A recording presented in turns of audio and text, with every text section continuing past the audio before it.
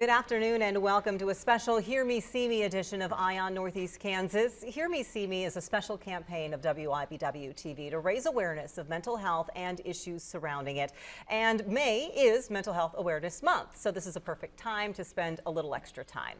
Ahead today, we have two people who will share their own struggles with mental health and hear how you can connect with resources. We'll also take a closer look at Topeka's crisis intervention team, what happens when they get a call. But we start with a look at how mental health is a concern for all of us. Becky Woodward is Chief Clinical Officer at Pawnee Mental Health in Manhattan. George Macco is their Chief Operating Officer. Welcome to both of you. We're so glad to have you here because we all have a brain, we all have a mind. And so mental health really, Becky, is something that is a concern for everyone, correct? Yes, it definitely is. And I think it's really important to do mental health checks just like we do a physical health check. For example, my daughter went to the doctor probably 2 weeks ago and they did a mental health assessment and asked her some questions about her mental health.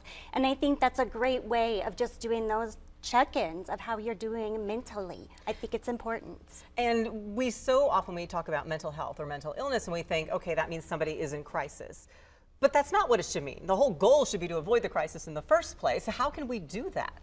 So I think it's really important. Part of mental health is physical health.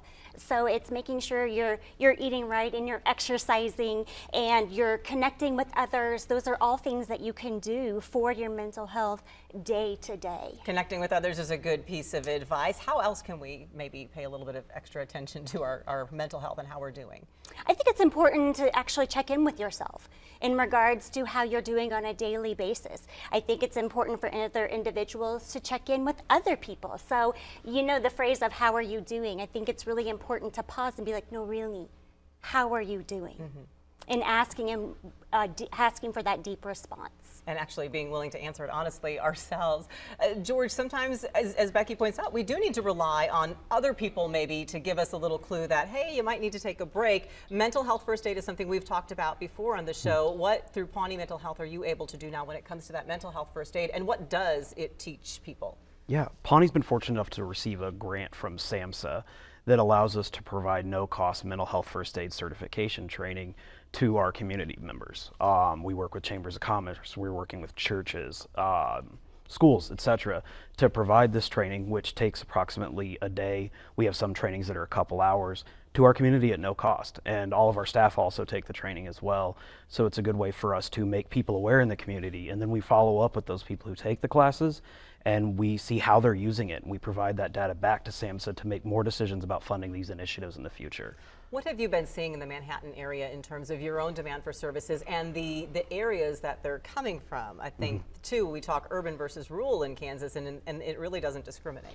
Yeah, and Pawnee's uniquely poised that we serve multiple different types of demographics, anything from semi-urban all the way down to frontier when it comes to population densities. And we found initially, we thought with this grant we would be primarily serving the Manhattan area and doing most of our trainings there, when in reality our rural counties continue to grow their desire for this training as we've gone in there and we've provided these trainings in the chambers of commerce or the churches or with farms, etc. They're going and they're telling their other friends and family members in the communities, hey, I had this great training today. They said they do it at no cost. They can come in and do it for your work, just on a Monday at 9 a.m. And all of a sudden we're getting a lot more interest and we're scheduling more, we're having more training. And my training manager, Michelle, she does this full time. She's out there making this grant happen so that we can provide this service to our community so people know who they can turn to or how to help somebody when someone's in a time of need. How important is that, just bringing up the topic? I think that's hard for a lot of people to do. I think it's really important. When mental health first aid, I think needs to be just as basic as a CPR class that we take, just as common as doing a physical. Those are things that we need to make sure that we normalize those to reduce the stigma of talking about mental health. Any key signs that you all have that people should be watching for in themselves as kind of a first clue to ourselves that we need a break? Yeah, so I think are you losing interest in things you used to be interested in? Are the things that used to bring you joy no longer bringing you joy? Also, are you hopeless? most of the days of the week. Those are some key indicators that if you start to have those, that you probably need to seek some assistance. And we're going to have more information later on how to reach out to resources. Becky, George, thank you so very much. Yeah. You're very welcome. Wide area that they cover, Pawnee mental health, and good to know that you're there for your communities. Thank you so much. Appreciate you guys. Thank you. And if a crisis should happen and you need to call for help, what happens next? We'll take a look at Topeka's crisis intervention team next.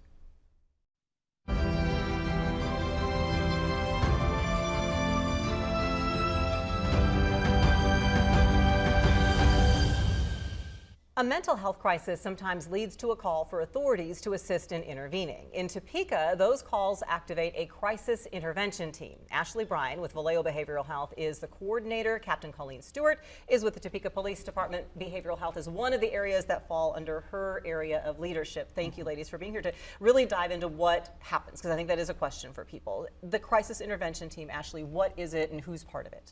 Yeah.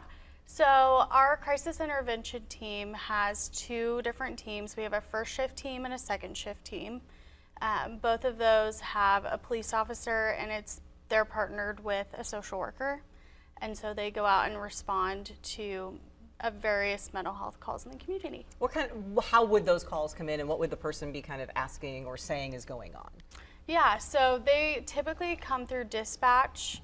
But we also have individuals that contact us through email, through our co-responder cell phone that we give out, and then they'd be activated, and they would go sometimes a call of a person who maybe is having suicidal thoughts, suicidal threats, self-harm, those sorts of calls. Yep. Are what we're talking about. So you get one of those calls, Captain Stewart. What happens? How does the response work? Well, I think it's important to know, first of all, that the reason why an officer is alongside a social worker is not because we believe that there's automatically a crime involved. We actually believe that there are many of these situations where jail or punishment is not the answer. So our behavioral health unit officers are specially trained in mental health first aid and crisis intervention training. So when they receive the call, they and their co-responder, the social worker, will respond to the address or the location and de-escalate, try to find out what type of crises the person is experiencing right then and there, and take every possible strategy to de-escalate and to provide the resources at that moment. We don't leave a person alone if we know that they're in some type of crisis. We're there for the long term, and that's actually the benefit for a BHU officer versus a typical patrol officer. That officer and that social worker can spend as much time as necessary working through whatever is happening at that time, whatever that person is experiencing at that time. How does it work for calls that perhaps don't have the best outcome, whether that terrible outcome is what you arrive on scene and find? How do you support maybe the loved ones, the family members, others who might have been at that scene as well? The same way that we would support the person actually in crisis. You know, we recognize the trauma that happens when something, your worst day occurs. So we provide that same support to the family members who have witnessed this or who have just been provided that news. And not only that, but again, we offer them the resources that the community has to offer. For the department, on the department side, we have a chaplaincy program that we may offer for even further support.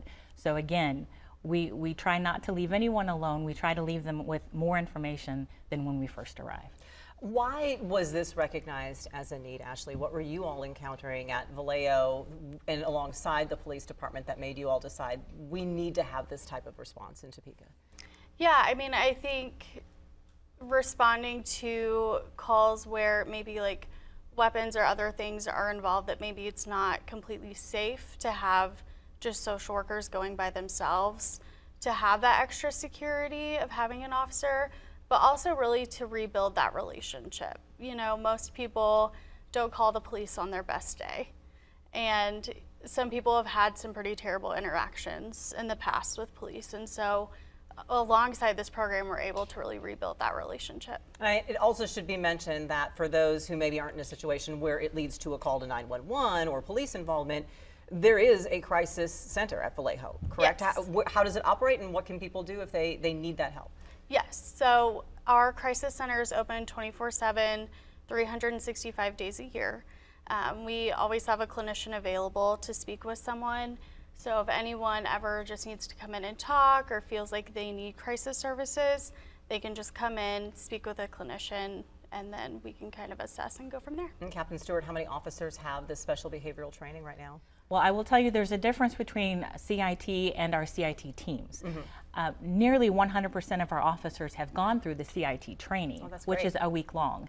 The officers who specialize in our co-responder program with the social worker, we actually have three officers, and plus the sergeant, so I guess that would But make everybody with that training is fantastic because you never know who you're going to encounter. Absolutely. Great team to have. Thank you so much, Ashley and Captain Stewart, for letting us know more about it. Appreciate it. Thank you. Still ahead, we are going to hear how mental health struggles can take many forms and faces. Meet two people who share their stories next.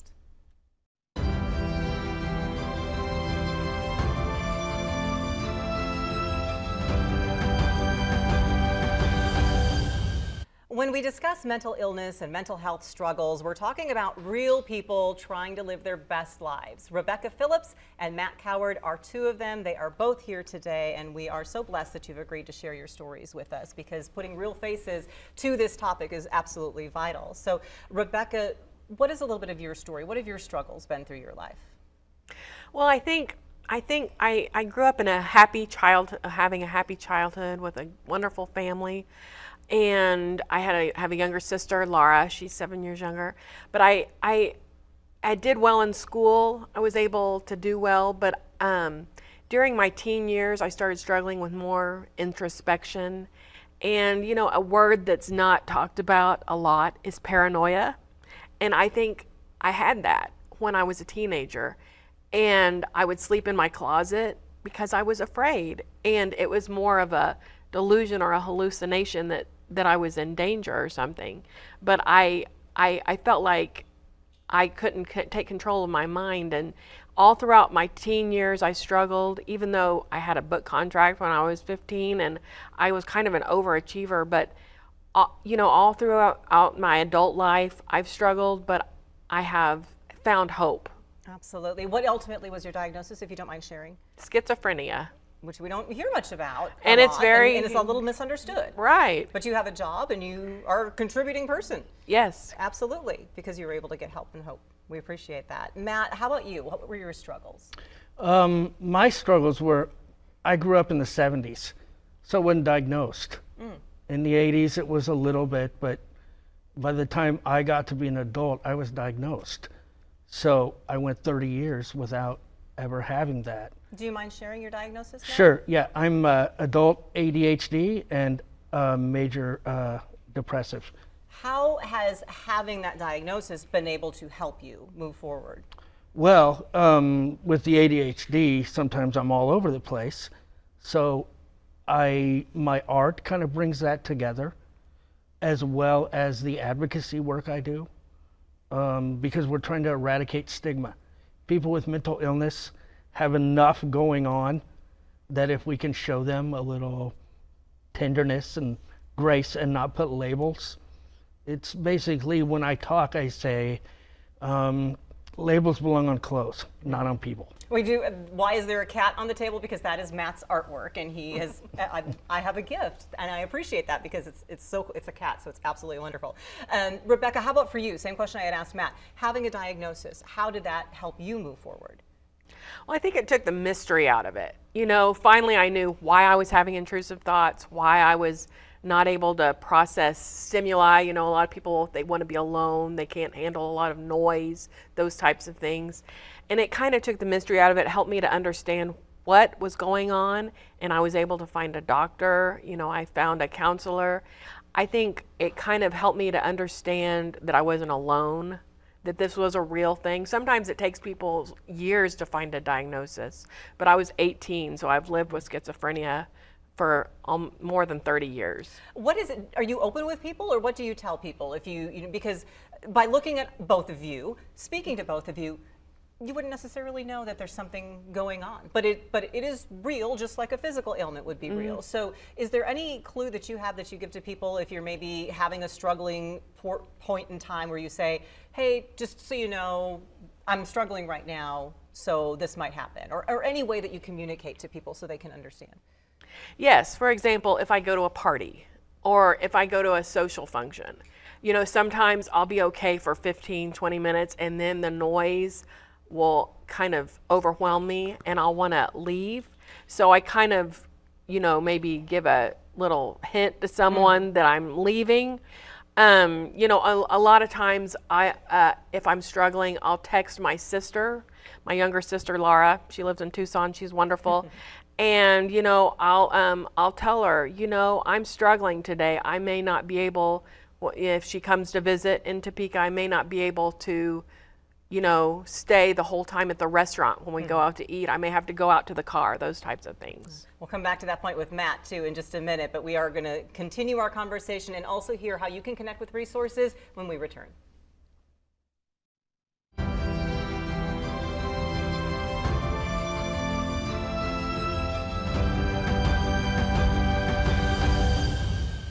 Continuing our conversation with Rebecca and Matt, of course, you don't travel this journey alone, so we bring in Isaac Johnson. He is with NAMI Kansas to help us get connected with resources. And we were talking about clues that, Rebecca, you sometimes just tell people when you know you're going to have something happen and maybe you need to step away from the situation. For you as well, Matt, how freeing is it to be open about your struggles and your diagnosis so that you can have that conversation with people and say, you know what, I'm having a bad moment right now, just give me some time? I think it's very freeing because the more we keep in, that energy or those emotions go someplace. And usually that's not a good place, or you have something you can put it into. A relationship, you know, a pet even is good.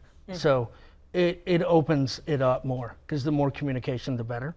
How much do you guys spread that message of hope so that people can look at you and say, oh, there is hope. I don't have to feel like this or live privately forever? Well, one of the things I love to do is gift cards for people. Nice. And I have done a gift card drive for the housing department at Vallejo for the last 3 years. And my friends have raised about $5,000 in Walmart gift cards and donations. fantastic. And I just love to give back. And, you know, I take bottles of water to places, and Yeah. I was in a national documentary. You share your story a And I lot, share yes. my story. I speak at the CIT, you know, the Crisis Intervention. How about you, Matt? Yeah, I speak at the CIT too. One thing that they both have talked about, Isaac, is the length of time it took to finally get a diagnosis. So for folks out there who think they're struggling, a family member struggling, what's the first step that they can take? I mean, one of the first steps they can take is call NAMI Kansas. I'm the resource line director, so I'm able to direct people the direction they need to go in. So maybe that's, I need help finding a therapist, I need help finding housing resources, I need help finding whatever, right? They can give us a call.